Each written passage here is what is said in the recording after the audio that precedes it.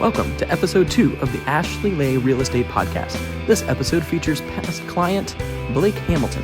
Blake and his wife purchased their first home with our team and came over to share some of his experience. Hi, I'm Ashley Lay with Ashley Lay Real Estate in Keller Williams. I'm here with Blake Hamilton, one of our past clients. He's one of our first-time home buyers that we have worked with in the past, and we wanted to bring you a podcast today to chat all about things first-time home buying process. We're getting ready to have a first-time home buyer seminar Thursday evening. I believe that is from, let me verify here, 6 to 8 in our office. We will also be streaming that on live, Facebook Live. But first, let's get started and just talk about your experience, Blake. And who did you work with on our team? I worked with Heidi Christie. Awesome. And how was that process? It was wonderful. She made it very enjoyable. She brought a nice levity to this whole situation and just made us really have a positive thought process towards the home buying experience and working with Ashley Lay. Great. And how did you, we talked a little bit about this earlier, how did you find us? So my spouse and I, Caitlin, we were wanting to not be renters anymore in an apartment, and I decided just to do some Google searching to look at some potential properties, and came across one, and Heidi was actually the agent for that property. So I just put a general inquiry. Right. So that's how I got hooked into Heidi and Ashley Lay, and then everything just kind of proceeded from there. Great. And when you were purchasing, also, it was still very much like this market. It was a very tight inventory, right? And not a lot of homes. I know a lot of our viewers and a lot of our listeners here today are getting frustrated right now because they'll see something on Zillow or Realtor.com or Homes.com or Keller Williams site, and then by the time they call us about it, they're under contract. And one of the things that we want people to know is important, that's the very first step, is find a great real estate agent. Because in today's digital world, people think, oh, I don't need an agent, I can find a house. And what they don't realize is we're there to hold their hand. It doesn't cost them anything in North Carolina to hire someone to negotiate on your behalf, be your agent, find those properties for you, get you in those properties the second they hit the market. And it all starts with that buyer consultation. Did you guys go through that? Yeah, we did. Okay, tell me about that a little bit. Well, it was actually kind of interesting when this is just a little bit prior to the buyer consultation. I had my own little list of things I absolutely wanted in a property. And so I forwarded that to Heidi. And she was kind of impressed. Yeah. She wasn't expecting that. You're detail-oriented, I can already tell. To a fault, yes. Yeah. But then we had the consultation. She helped us understand what would actually be practical and feasible. So she helped keep us grounded, but did not crush our hopes and ambitions for the whole process. So that was very needed and appreciated. Yeah. And that's part of what a lot of times people say, well, just meet me at a house. I don't need to come in for that consultation. And what they don't realize is a lot of them, even if they're not as detailed as you and they haven't made that list on paper, they've got it in their head and they think, okay, why do I need to sit down and talk about this? Let's just start looking at houses. But what they don't understand is that things like the market and what the market is like right now, is so important to sit down and chat with us about that because the inventory is so tight that we need to get your criteria down just to the nth degree, what you want. Then we get it in the MLS, and then you start getting the alerts, and we get them as well. And the minute that house hits the market, we need to have you in it by lunch that day.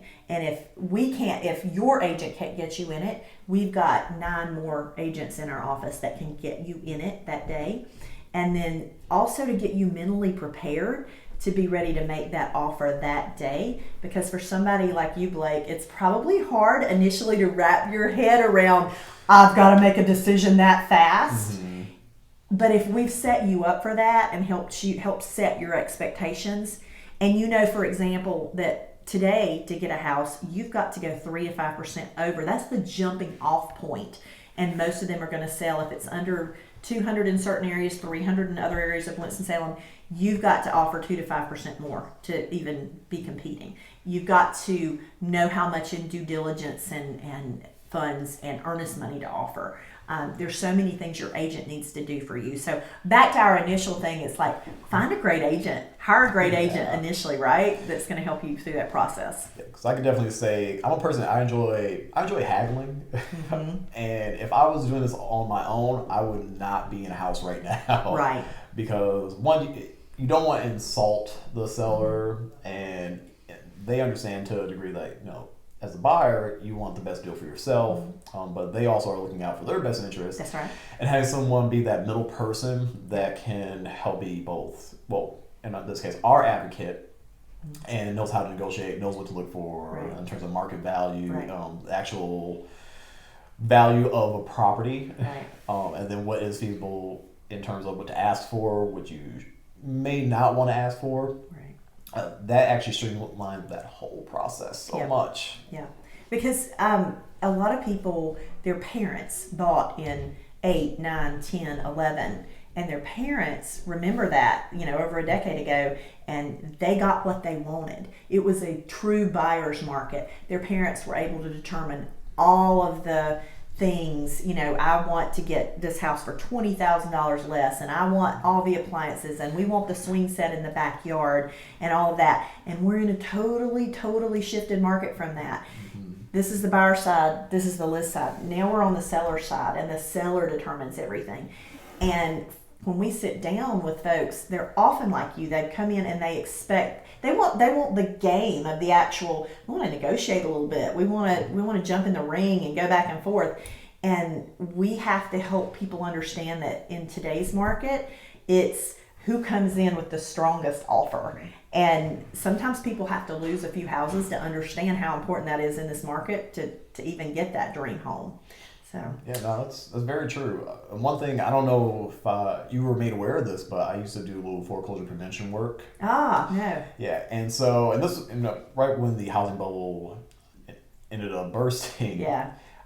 I heard so many stories about people because they you can just get a house, and Yep. a lot of those individuals, they just did it on their own. Right. They didn't have that agent to work with them. And again, that consultation that we had, because we were able to go through what our projected budget would be for what we could potentially afford. Right. Whereas at that point in time, if you don't have that kind of consultation or that person that's really willing to hear you and you just get into a property, you may not be able to afford it unless you want to have some roommates, which is fine. I've had a former coworker that got 2 or 3 roommates to afford their property. Yeah. But we want something that we can definitely make sure we can manage on our own with what we were doing. That's so important. I think the second house my husband and I ever bought, when we had 2 children, we bought that second house. We overbought for what we could truly. We could afford it on paper with the mortgage lender, but we overbought for our budget, and we couldn't afford pizza on Friday nights with our kids for a long time. And one of the things I really talk a lot with our agents about is help them understand that. If you're pre-approved for up to $250,000, maybe buy at $220 or $230. Don't buy all $250 because you gotta be able to afford pizza on a Friday night, right? Yeah. Yeah, and that brings us to an important part of the whole process is the lending process. Tell us, who did you work? Did you work with one of our preferred providers? Yeah, I worked with David. David Nishin. Yes, there we go. Couldn't think of his last name. Yes, he's with RMS Mortgage now.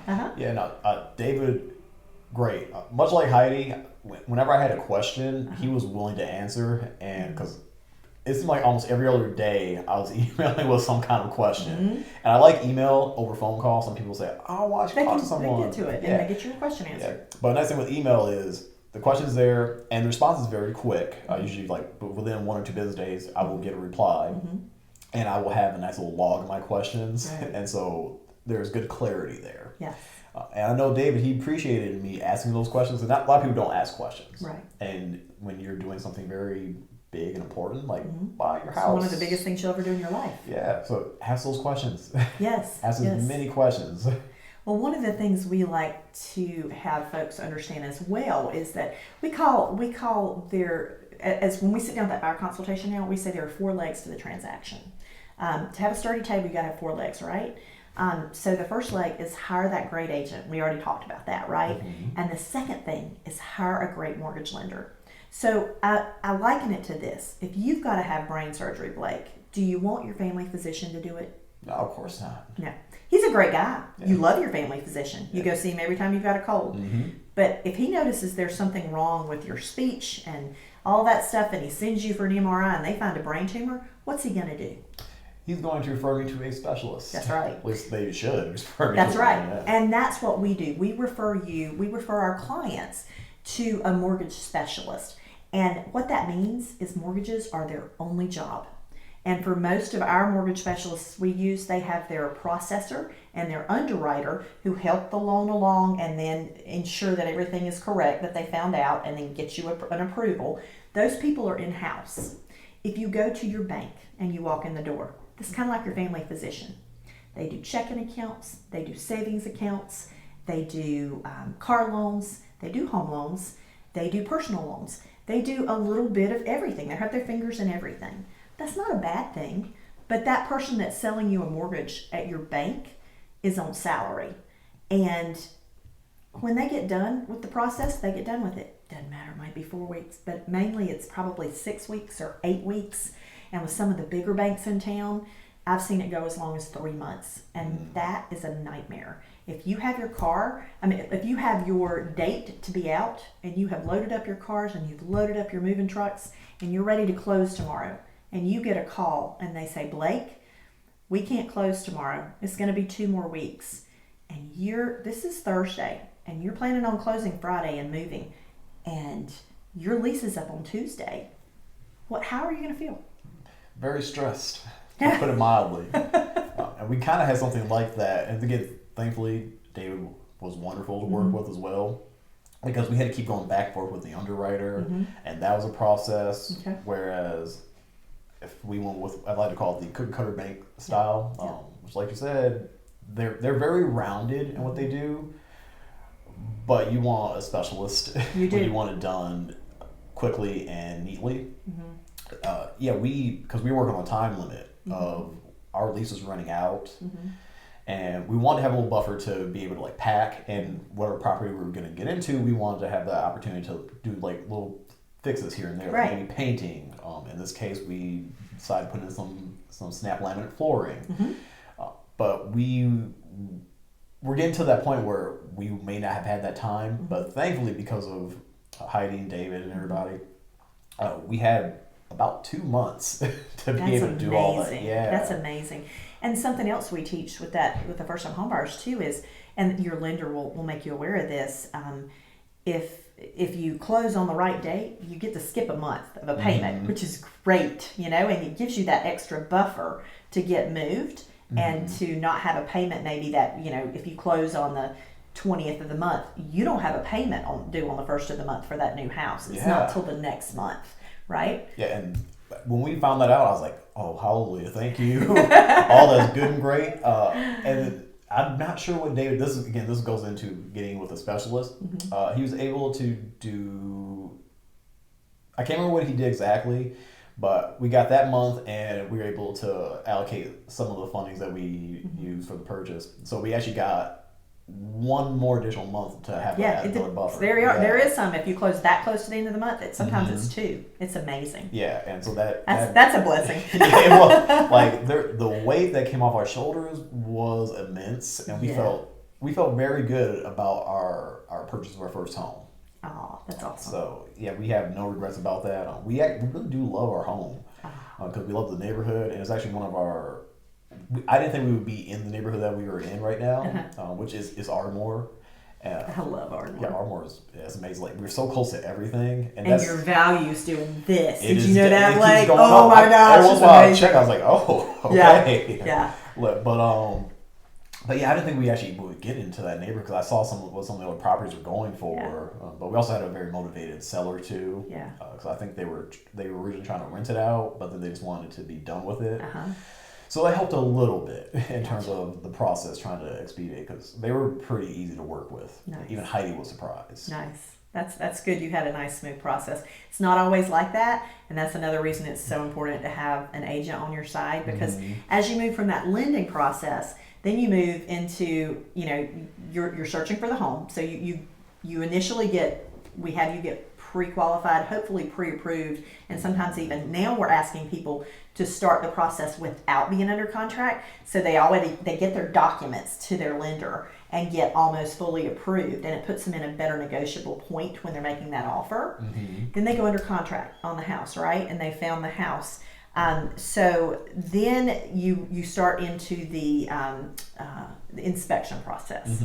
And for you said y'all had a pretty smooth process with that, right? Yeah. There wasn't really any hitches. There was only like one thing that we requested that they would take care of to finalize everything, which was just some outlets by like in the bathroom and the kitchen. Just asking them to replace those, and it took not even like an hour or two when the electrician came out to do that. But beyond that, again, there was really no issues. Again, the seller and their agent they work with, so they just like, let's get it done, let's go. Well, that's one of the things too. Y'all were very fortunate. It's not always the case that it's so smooth, and it's so important to have the right agent going through that with you and the right home inspector. So back to the 4 legs of the table when you make a purchase: great agent, great mortgage lender, now great home inspector. We'll talk about the attorney's office in a few minutes. That's your 4th leg. But the home inspector is very important. So we have some preferred providers that we use, and the reason we use them is they really know their stuff. They understand the market and where the market is at. So the inspectors we use right now know not to go in and make a huge deal over maybe a door that doesn't close perfectly, it sticks. Now it's going to be on your home inspection report. They're going to say, Blake, here you see this door sticks, but you know these people probably have a backup offer, and we're not going to be able to worry about this. Let's worry about the things that matter. And hey, Blake, there's a roof leak. That matters. We need to get that fixed because water can cause major problems in a house. So they know to talk about the big rocks, the big things that are problems, but not, they're going to point out and talk about the little things, but they're going to remind you, just like I am, that, hey, Blake, we really can't ask for all of this in the market that we're in. Now, if the market shifts, I'm going to give you different advice, and they're going to give you different advice. But today's market, that's where we're at. So. Yeah. And that the inspector, the detailed report, it was very detailed. And that's good for you, right? Yeah. I mean, because there were things like, I would actually just never even noticed that. Right. But the things that actually were just kind of glaring is like, okay, maybe we should talk about that with the seller, or actually we spoke with Heidi first to say, hey, would it be feasible or out of lines to ask for this? Right. And she was great. She said, well, you can let that go. If you really feel like you absolutely need that taken care of, then you can, but keep in mind, it may stress them out more or aggravate them. And I'll tell you, from the listing standpoint, from that listing perspective, it's amazing how many agents will get a home inspection report back. They never discuss it with their client except to say, hey, did you see this? And the client goes, yeah, just send it to the other side and see what they'll do. And they'll just send us the whole home inspection report, and exactly what you said happens. Either A, the seller gets really upset and they're like, no, I'm not doing anything. B, she presents it and says, these people are a little off their rocker, and you've got that backup offer that is the same price, the same terms. If you decide to say no and they walk, okay. Yeah. But you're setting yourself up for them to just say no to anything when you do that. And that's another reason people don't understand if you hire an agent that doesn't have the experience. A lot of agents only sell 7 homes a year. That's the national average. When you work with a team of professionals like us, we're selling close to 200 a year. So we've got the experience to know how to handle it, so you don't lose your house over inspections and inspection requests. So that's pretty important stuff. Yeah, I will say, because originally we were trying to look into like HUD homes, and I knew that some of those would need little fixing up here and there. Yeah. And in my head, it was like, I can do some drywall, maybe like put in some flooring, which that shouldn't be too difficult. Yeah. But again, when speaking with Heidi, our awesome agent, she kept us grounded and said, and told us flat out, even though she's not an inspector, said, if you caught this, the inspector's going to catch this. And it got to the point where I was catching some of my stuff. She said, you sure you don't want to apply as an inspector? And I don't know if very thorough. It got fine-tooth comb at some point. And I don't know if she told you this, how many properties we actually looked at before we finally found this one. So she told me that on average, a person might look at approximately like maybe 6 before they find the one that they definitely Right. want. We looked at about 18 to 20.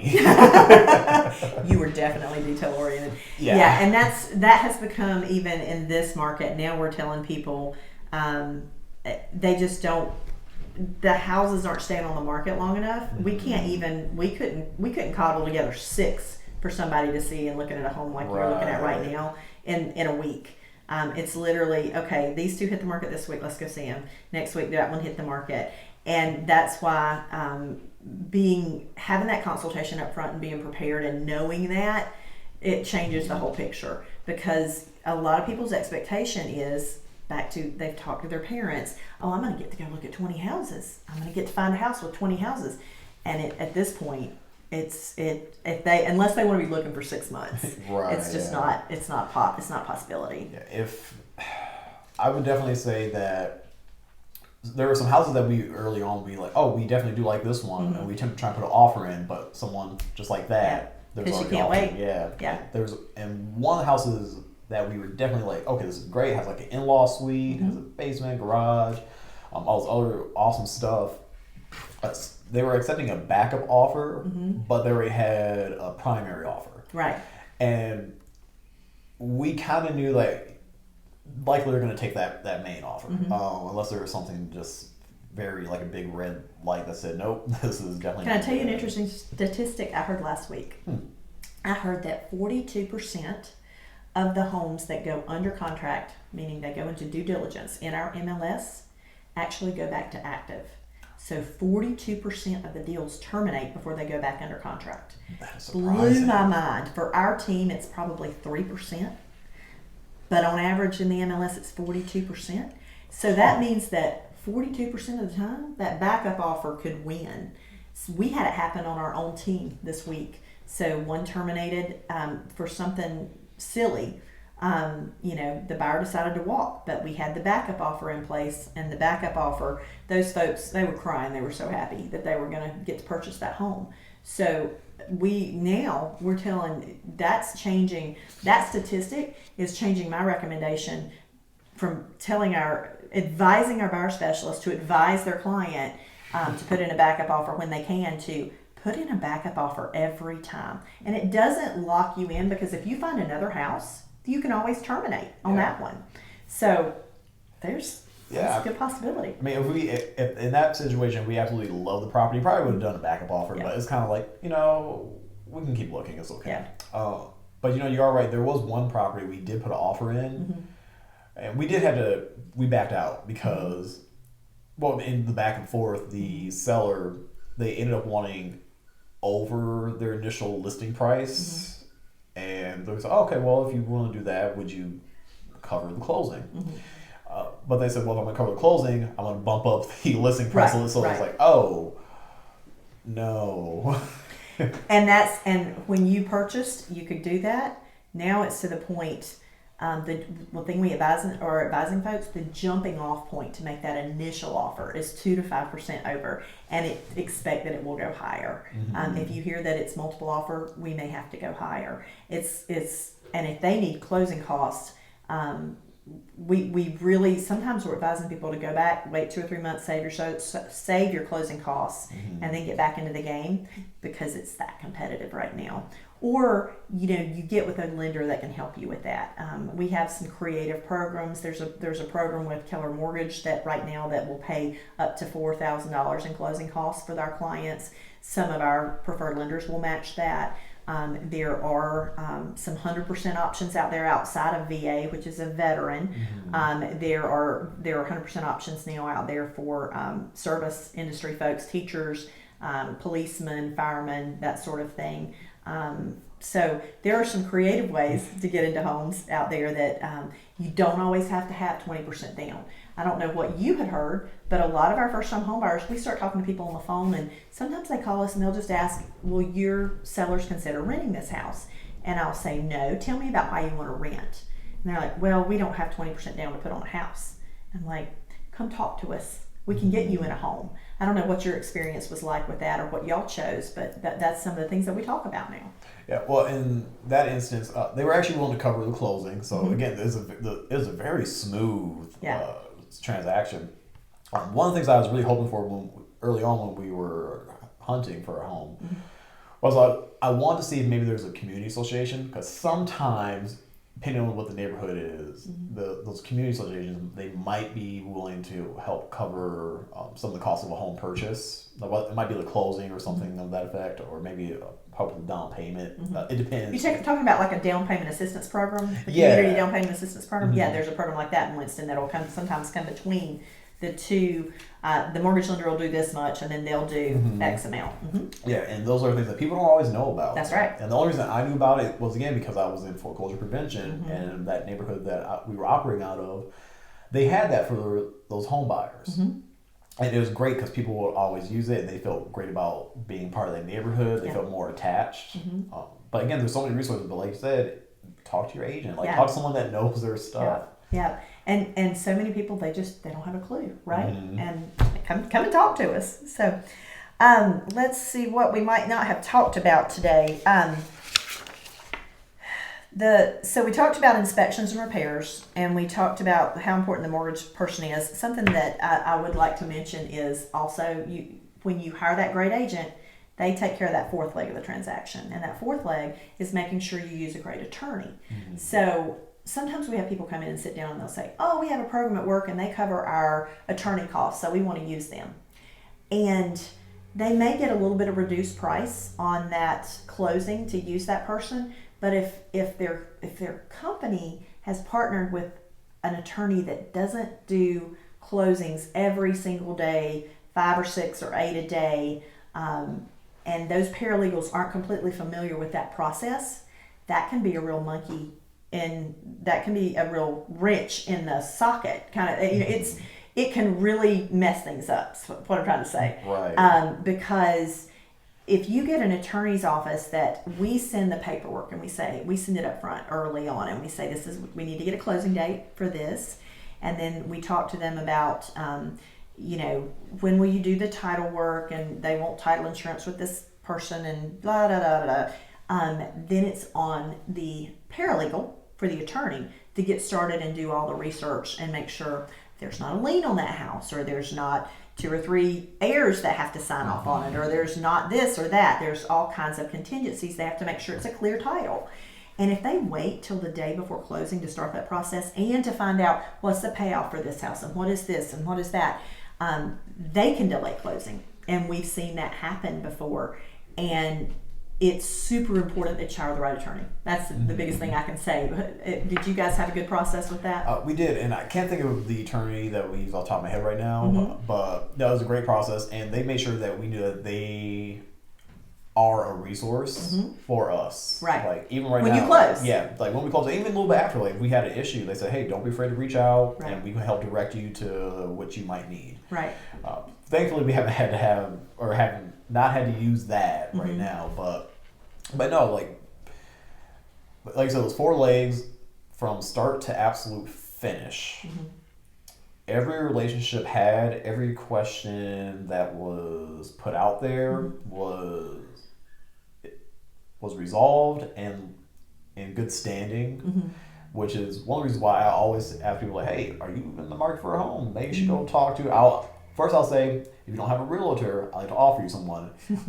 Or just go talk to Ashley Lay, because they're wonderful, great experience, and you would definitely, what you're hoping for, they'll do their absolute best to make sure you get. Well, thank you so much. Yeah, because again, it's that relationship. It is. Everything we do is relationship based. Yeah. We want you to be our client for life. Yeah. We want that relationship. We want you to come to our client events. We want to see your baby. Speaking of, tell me about getting into your new home and what has happened since you got in your new home. All right, so we knew this would be our first home, our starter home, although I think I might want to stay there for the long haul if I can. See how the baby does.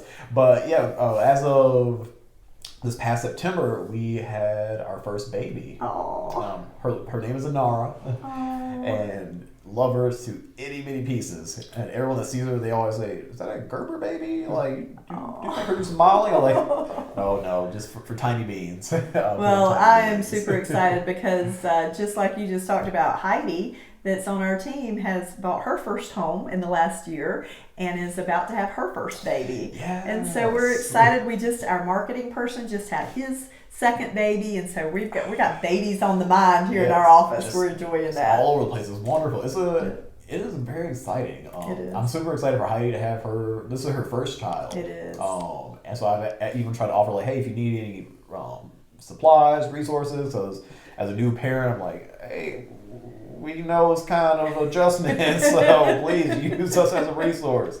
And thank you so much for that. I mean, it is so great to have clients that we have that kind of relationship with. That's what we want out of the whole process. We don't want to just do a transaction and be done. We want to be part of your lives, and we want you to be part of our lives, and we want to help you for the future because, I want to see it. I want your children. My son will take over this business one day. He's a realtor here too, and I'm hoping that your children will be still calling us to buy a home. Yeah, one day. no, that's my goal. Yeah.